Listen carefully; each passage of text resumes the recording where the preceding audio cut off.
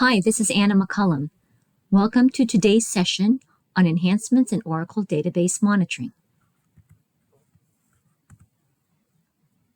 For our agenda, we'll start with monitoring using Oracle service names, followed by enhancements in monitoring of relocated pluggable databases and password rotation for Oracle and ASM databases. We'll discuss how you can use a remote agent to simplify monitoring of your database fleet. We'll go into enhancements for discovering autonomous databases, then conclude with monitoring Raft-based globally distributed databases. In an Oracle database, you can create a service which is a logical representation of the database to its users. You can have one or more services in a database, and DBAs can use services to control allocation of database resources and isolate workloads. Enterprise Manager will support Oracle service names for discovery and monitoring. The most significant benefit is in support of RAC database monitoring. Using service names to connect to a RAC database instead of host, port, and SID provides a layer of abstraction when there are physical location changes in the underlying RAC instances. Service names will be supported for all discovery options, using the Discovery UI, EMCLI, and REST APIs. It will be supported for single instance and RAC databases, CDBs, and PDBs. With the use of service names, you can use features such as Database Service Firewall, and as mentioned, you can also control database resources that are used for monitoring the database. How do you use Oracle service names for monitoring? In the Discovery and Monitoring Configuration UI, you can specify the service name as one of the parameters as shown in the screenshot. The service name you specify for a RAC database automatically applies to all of its instances. The service name for a PDB, however, should be unique to that PDB. If you already have a database discovered in EM and it is not yet using services, you can reconfigure it to use service names by going to the monitoring configuration of that database and by specifying the service name. With service names, we now support a few different ways to connect to the database. If all three ways are specified, then the order of precedence that Enterprise Manager will follow is as follows. First, it will use the preferred connect string if specified. If not, it will use the service name if that is specified. Otherwise, it will use the SID.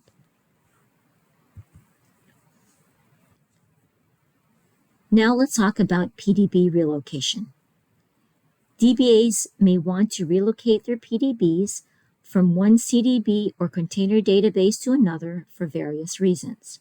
For example, the other CDB may have more resources available. Monitoring of a relocated PDB is an area that we've enhanced in Enterprise Manager. Before we get into that, let's first review the existing behavior. In Enterprise Manager, when a PDB relocates to another CDB, the PDB target in EM is either deleted if using normal availability mode, or is put in blackout if using maximum availability mode. A new PDB target is created in the destination CDB. While you can monitor this new PDB target, there is no monitoring continuity with the original PDB target. Also, you'll have to ensure that your desired monitoring setup is in place for the new PDB target. This could include adding it to the appropriate groups, defining metric threshold settings, metric extensions, corrective actions, privileges, including it in incident rules, etc. We've now enhanced this to provide continuous monitoring of the relocated PDB. Let's see how this works. Reviewing our workflow, PDB1 gets relocated from CDB A to CDB B. In Enterprise Manager, with the enhanced behavior, when a PDB relocates to another CDB, the corresponding PDB target will first be put in blackout, then relocated from CDB A to CDB B. We will keep the original PDB target, and all of the relevant monitoring artifacts will be carried over seamlessly. You can track the individual steps involved in the PDB relocation procedure in Enterprise Manager until its completion, which concludes by ending the blackout on the PDB target.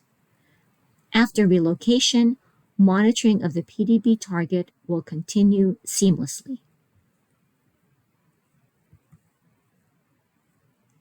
With this enhancement, DBAs can easily relocate their PDBs from one CDB to another and maintain monitoring continuity.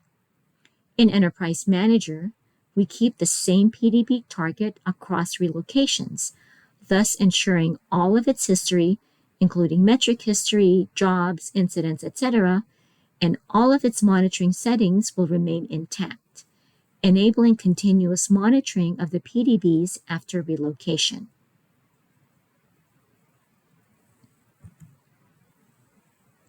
Let's now talk about changing database passwords.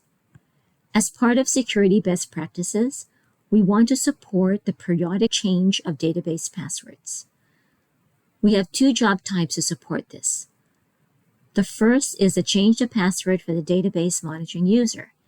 This job is used to change the password of the monitoring credentials, such as DBAs and MP. The other job is change a password for a database user. This job is used to change the password of any database user.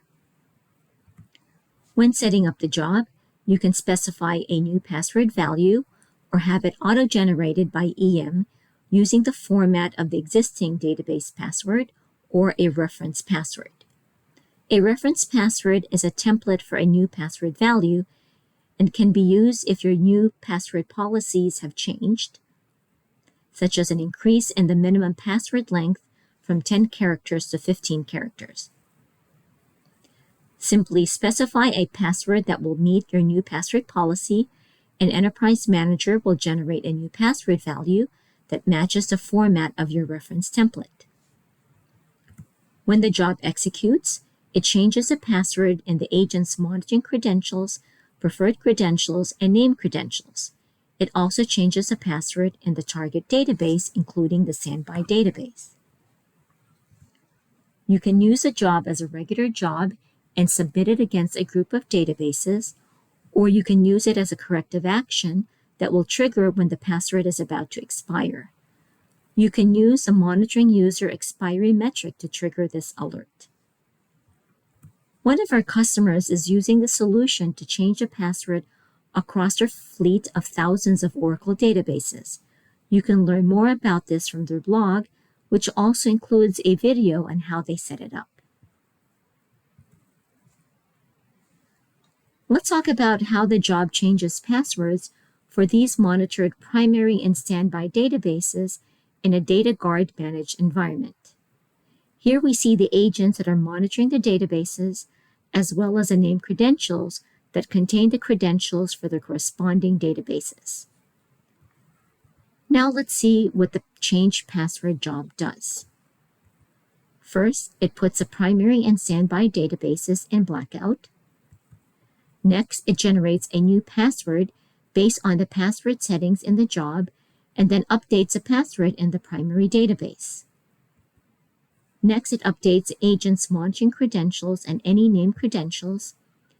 In parallel, the Data Guard automatic password synchronization feature updates the password in the standby database. At the end of this process, the blackouts are stopped in both the primary and standby databases.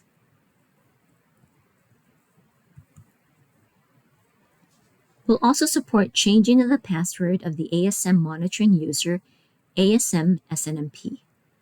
Similar to the other password job, you can also specify a new password value or have it auto-generated based on the existing password or new reference password. The job changes a password in the ASM instance and cluster ASM, and also in all of EM's artifacts, including agent credentials, preferred credentials, and name credentials. You can run the job against an ASM instance, cluster ASM, or a group containing these ASM targets.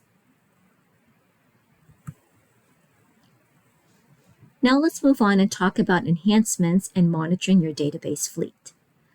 Currently, when monitoring a database, you have to deploy the EM agent on each database host.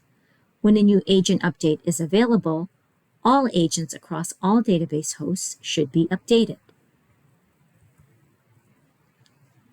In EM24, we introduced the remote agent. The remote agent can be deployed in a central location and can be used to monitor a fleet of databases. You'll no longer need to install an agent on every database host. This is how discovery and monitoring will work with remote agents. The first step is to install and configure the remote agent on a centrally located host. Next, add the hosts of your database targets to the remote agent. If you have a 2-node rack, for example, this means adding the host of each rack instance. Next, discover the database and its related targets, including listener and ASM, etc., in the same way that you would do if you were using a local agent. To add new database targets, just repeat from step 2. That is, first add the host of your database targets to the remote agent and then do database discovery. There is no need to deploy agents on every host, thus simplifying the way you would manage and monitor your fleet of databases. One additional note about the remote agent. How do you know which remote agent to choose for database monitoring? Let's address this question by this example. Say you have your databases in 2 data centers as shown in this slide. In addition, let's say you have a primary database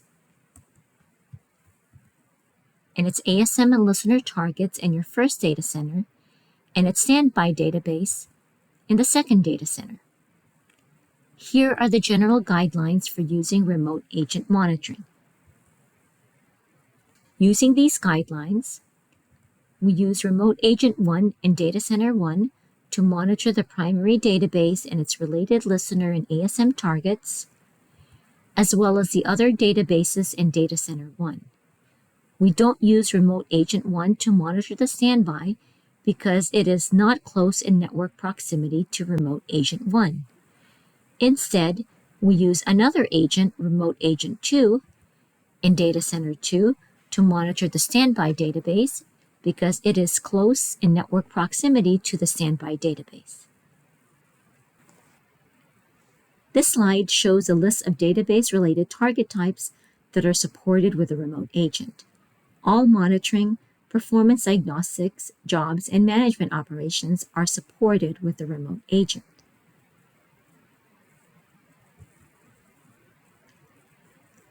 Now let's move on to discuss discovery of autonomous databases and Enterprise Manager. Prior to this enhancement, you would have to do discovery one database at a time, involving steps that include downloading OCI client credentials and uploading these to Enterprise Manager. Now we've streamlined this process and also optimized it to support bulk discovery of autonomous databases. Let's walk through this new 3-step guided workflow. The first step involves specifying OCI name credentials and OCI connection information needed to connect to your OCI tenancy that has the autonomous databases. You can also identify the desired set of autonomous databases by tags or by querying OCI's resource query service. For example, you may want to only discover recently added databases for a particular business unit. Enterprise Manager will then show you a list of databases that match your query criteria. For each database in the list, specify monitoring credentials, target properties such as lifecycle status, line of business, and/or the groups to which you want your databases to join. You can specify these values either one at a time or in bulk across many databases at a time. If you're using administration groups with monitoring templates or groups with incident rules, adding these databases to these groups enables them to automatically be part of your monitoring setup. The last step is a review of your setup. Then choose the option to promote these as monitor targets in Enterprise Manager.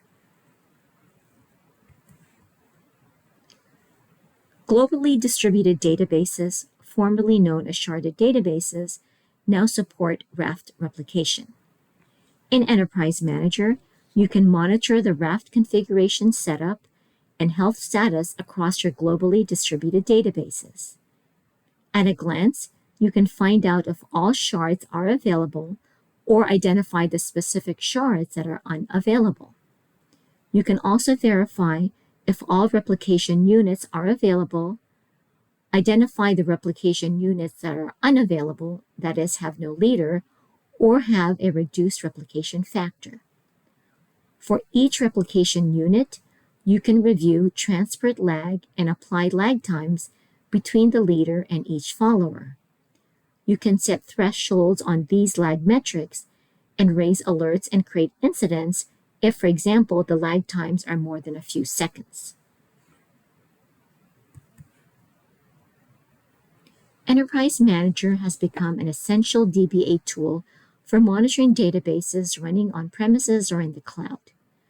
In this session, we've discussed some of our key recent and upcoming new features in our ongoing journey to make DBA tasks more efficient, meet customer requirements, and support new database technologies and features.